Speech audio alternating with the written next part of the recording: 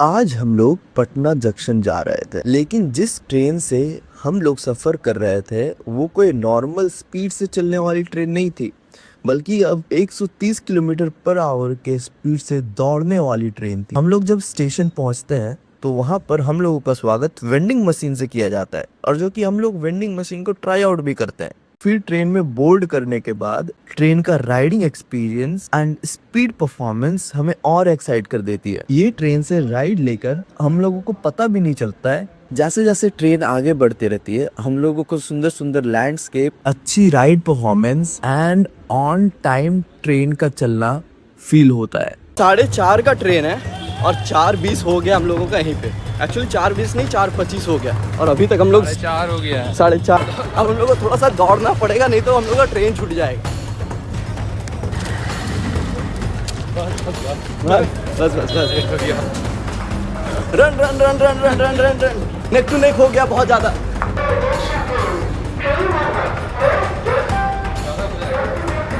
Okay, finally platform में पहुंच गए और अभी तक नहीं आया है। थैंक गॉड, लक हम लोग के साथ है, अभी तक ट्रेन नहीं आई है। भाई आ गए, फाइनली पहुंचे, नहीं तो भाई फंस जाते। आज खतरनाक वाला है, ट्रेन ही छूट जाता। अरे अबे भाई ये क्या है? हाँ, वेंडिंग मशीन लग गया। अबे हम लोग कहीं जापान में तो नहीं है?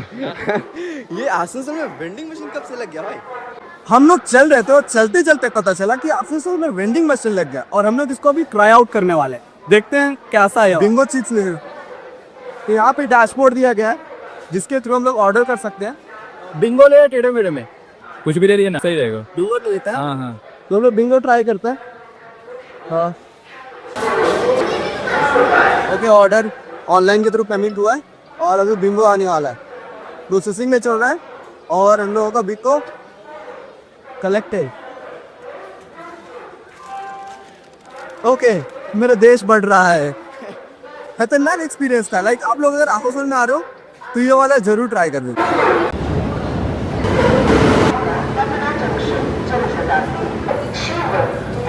से बोल रहा था कि भैया अगर रिक्लाइन वाला मिल जाए, चेयर वाला मिल जाए तो हम लोगों का बहुत अच्छा रहेगा। और व्हाट अ लक, हम लोगों के लिए चेयर वाला ही मिला।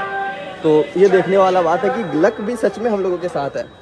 ट्रेन छूटते छूटते बचा और ऊपर से चेयर वाला सीट भी मिला। आज लगता है लक तुम्हारे साथ सच में है ब्रो, कि ट्रेन नहीं छूटेगा, और ट्रेन नहीं छूटा। तुम बोला कि भैया चेयर वाला मिल जाए तो मज़ा आ जाए, चेयर वाला भी मिल गया। तुम बोला खिड़की वाला मिल जाए तो मज़ा आ जाए, खिड़की वाला भी मिल गया। और क्या चाहिए? चल रहा है नहीं तो 5 बज रहा है और 5 बजे ट्रेन हम लोगों का स्टेशन से खोल दिया। कभी कभी सफर ही आपका हमसफर बन जाता है। आज हम आसनसोल से पटना जा रहे हैं जन शताब्दी एक्सप्रेस से, और ऑनेस्टली इस ट्रेन का स्पीड देखकर एक अलग ही एक्साइटमेंट होता है। कुछ ही देर में speedometer 130 kilometre per hour touch कर लेती है।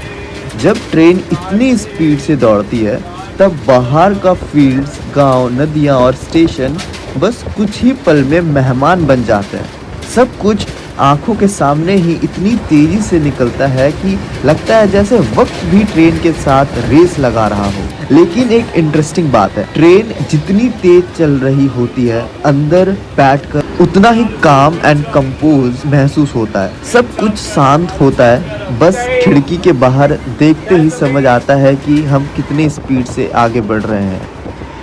मुझे ट्रेन जर्नी इसलिए भी पसंद है क्योंकि ये डेस्टिनेशन से ज़्यादा जर्नी को एंजॉय कराना सिखाता है। हर स्टेशन, हर लैंडस्केप, हर पासिंग मोमेंट एक छोटी सी मेमोरी बन जाती है, और शायद इसी वजह से ट्रैवल इतना स्पेशल लगता है। कभी स्पीड एक्साइट करती है और कभी खिड़की के बाहर की सिंप्लिसिटी, दोनों मिलकर सफ़र को यादगार बना देती है।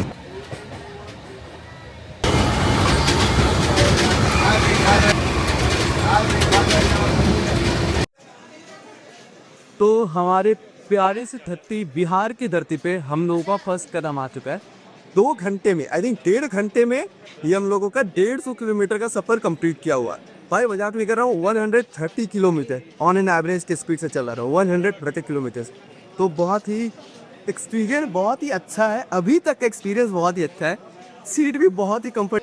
अब ये पटना कितना देर में पहुंचाता है ये देखने वाली बात।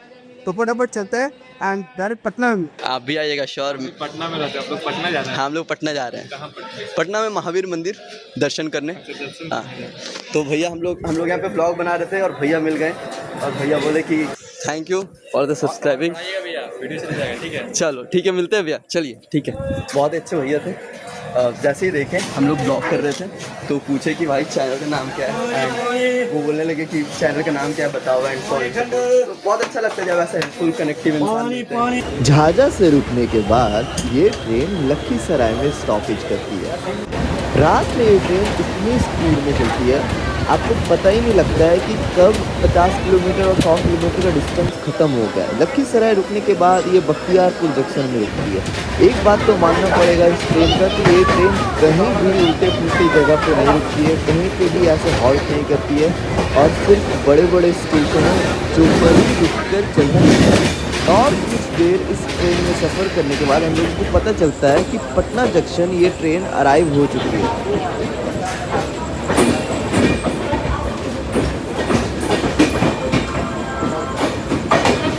तो हम लोग पटना आ चुके हैं, बट पटना हम लोग जन शताब्दी में ही क्यों आए? आइए हम लोग आपको दिखाते हैं। जैसे नॉर्मल टिकट का दाम होता है वैसे ही जन शताब्दी का दाम है। आप लोग जन शताब्दी में आते हो तो आपको सबसे पहले रिक्लाइन सीट मिलता है। ये रिक्लाइन सीट आपको ज्यादा दाम भी नहीं है इसका, जितना नॉर्मल जनरल टिकट का लगता है उतना ही रिक्लाइन सीट का लगता है। नॉर्मल जितना जनरल एक्सप्रेस का पड़ता है उतना ही इसी का पड़ता है, और उसी में आपको ऐसा रिक्लाइन सीट और ये बढ़िया सा टेबल जिसमें आप डिनर कर सकते हो, और इसके अलावा भी फुट स्टेप भी मिलता है। फुट स्टेप के साथ साथ बूढ़े होल्डर भी मिलता है।